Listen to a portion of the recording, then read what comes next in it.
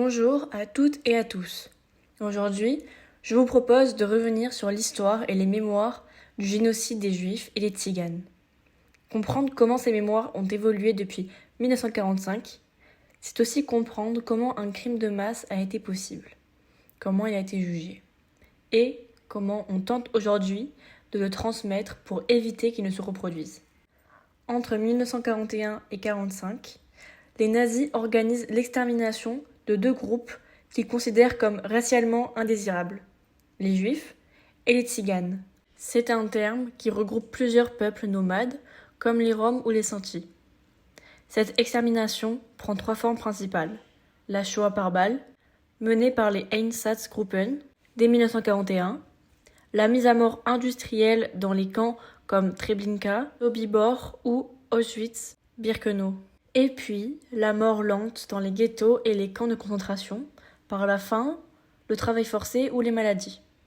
Au total, 6 millions de juifs sont assassinés. Et entre 200 000 et 500 000 tziganes, dans un génocide longtemps oublié, appelé Porajmos. Pourtant, après 1945, c'est d'abord le temps du silence. Les survivants reviennent dans des sociétés qui ne veulent pas entendre ce qu'ils ont vécu. Pour les juifs, leur souffrance se confond avec l'ensemble des drames de la guerre. En France, c'est le récit héroïque de la résistance qui domine. Beaucoup de survivants n'osent pas parler, par traumatisme, mais aussi à cause de l'antisémitisme encore présent. Quand Primo Levi publie « Si c'est un homme » en 1947, presque personne ne le lit. La société n'est pas prête. Pour les Tziganes, le silence est encore plus profond. Ils restent marginalisés, sans archives, sans soutien politique. Il faut attendre 1982 pour qu'une simple plaque commémorative soit posée à Dachau, presque 40 ans après la guerre. À cela s'ajoute un autre problème.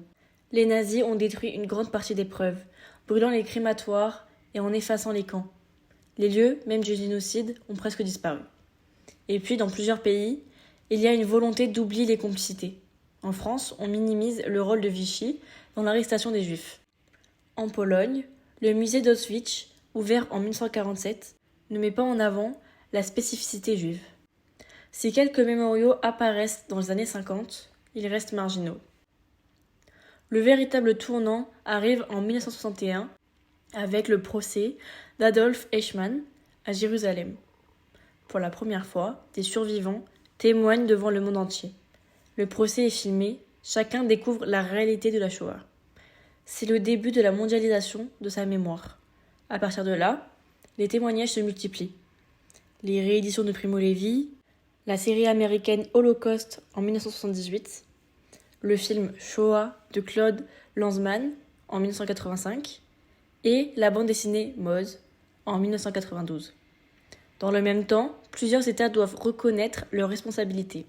En France, les travaux de l'historien Robert Paxton montre l'implication de Vichy. Et en 1995, Jacques Chirac reconnaît la responsabilité de l'État français dans la rafle du Veldiv. Pendant ces décennies, la mémoire tzigane progresse beaucoup plus lentement. Elle n'est officiellement reconnue en Allemagne qu'en 1982, presque 40 ans après la Shoah. Depuis les années 1990, la mémoire de la Shoah est devenue mondiale. Elle est enseignée partout en Europe, c'est un référent moral et universel, et l'un des génocides les plus documentés de l'histoire. Les lieux de mémoire jouent un rôle essentiel. Auschwitz, le mémorial de la Shoah, les musées, et les voyages scolaires qui permettent de comprendre la réalité des crimes. La mémoire tzigane progresse aussi, avec des travaux d'historiens, des témoignages enregistrés, et l'inauguration du mémorial des Roms et Sintis à Berlin en 2012. Mais cette mémoire reste fragile parce qu'il existe peu d'archives et parce que les discriminations continuent en Europe. Les procès jouent tout aussi un rôle décisif. Dès 1945, les procès de Nuremberg jugent des dirigeants nazis pour crimes contre l'humanité et produisent des archives essentielles.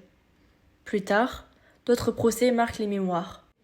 Le procès Eichmann en 1961, Klaus Barbie en 1987 et en France, les procès Touvier et Papon dans les années 1990. Ces procès donnent la parole aux victimes, brisent le silence et montrent que la responsabilité du génocide ne vient pas seulement d'Allemagne, mais aussi des collaborateurs locaux. Depuis 1945, les mémoires du génocide des Juifs et du génocide tzigane ont suivi deux chemins très différents. La mémoire juive, longtemps étouffée, est devenue une mémoire mondiale. La mémoire tzigane, elle, a mis beaucoup plus de temps à émerger et reste encore fragile. Ces mémoires nous rappellent une chose essentielle, l'importance de comprendre, de transmettre et de rester vigilant face aux discriminations d'aujourd'hui. Parce que la mémoire n'est pas seulement un regard sur le passé, elle est aussi une protection pour l'avenir. Merci d'avoir écouté cet épisode d'Ondes lycéennes. À bientôt pour un nouveau voyage dans le passé, pour mieux comprendre notre présent.